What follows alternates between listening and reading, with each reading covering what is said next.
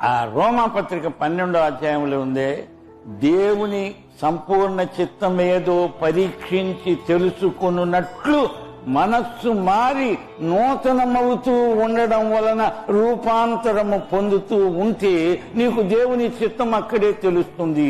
దేవుడు తన బిడ్డలకు తన చిత్తాన్ని బయలుపరుస్తాడు. కానీ ఒకవేళ నీవు దేవుని బిడ్డగా లేవేమో, అందుకనే బయలుపరచడు. పందుల ముందు ముత్యాలు పొయ్యడు ఆయన. అందుచేత ఆయన నీకు బయలుపరుస్తాడంటే గాడ్ ట్రస్ట్ యూ. ఆయన చిత్తం బయలుపరిస్తే నీవు తప్పక చేస్తామని ఆయనకు నమ్మకం ఉంది కనుక బయలుపరుస్తాడు. కానీ తీరా దేవుని చిత్తం చెప్పిన తర్వాత ఇది నేను చెయ్యను అనుకుంటూ కూర్చుంటావు. నువ్వు నీ బలహీనత ఆయనకు తెలుసు. అలా కాదు, దేవుని చిత్తమేదో పరీక్షించి తెలుసుకున్నట్లు మీరు మనస్సు మారి నూతనం అవుతూ ఉండాలి. మనస్సు మారడం అంటే అర్థము ప్రతి నిమిషము మారాలి మన మనస్సు. నేనటి మనస్సు ఈ రోజు ఉండకూడదు. ఎందుకంటే యేసుప్రభు యొక్క మనస్సును మనము రోజు రోజు నేర్చుకుంటున్నాం కాబట్టి. అందుచేత ఆయన మనస్సును మనము కలిగి ఉండడమే repentance. Repentance is our life style.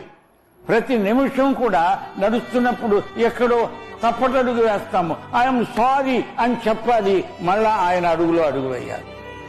కనుక రిపెంటెన్స్ ఎప్పుడో సంవత్సరానికి ఒకసారో ఎప్పుడో ఏడుపు వచ్చినప్పుడు ఓ ప్రభు అని అరగంట ఏడ్చి మళ్ళా ఎప్పటికాలు ఇచ్చితే అన్నట్టు బతికితే అది బుద్ధి లేని క్రైస్తవం అంటారు. అని చెప్తేనే బులే క్రైస్తవం అని.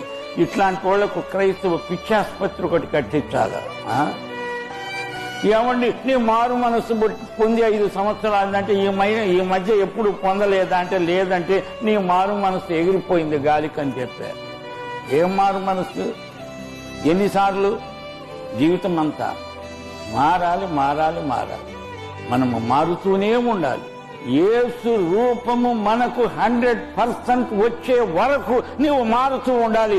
ఆ మారడం నీలో లేకపోతే నిన్ను పక్కన పెట్టేసేయాలి. అంటే నువ్వు పనికి రావు.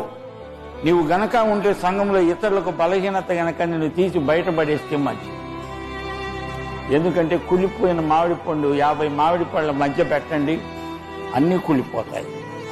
సంఘానికి ఉజ్జీవం రావాలంటే ఉజ్జీవానికి ఆటంకమైన 4-5 కనుక్కొని తీసుకెళ్లి కట్టగట్టి అవతల పడేయండి. సంఘంలో ఉజ్జీవం వస్తుంది. ఉజ్జీవం రాకపోతే నిర్జీవం అయిపోతుంది. ఉజ్జీవం అని పాటలు పాడితే ఉజ్జీవం వస్తుందా? ఉజ్జీవానికి ఆటంకం ఏదో తెలుసుకొని దాన్ని తీసి అవతల పాడాలి. చేదు వేరే ఏదన్నా ఉంటే కట్ కట్ కట్.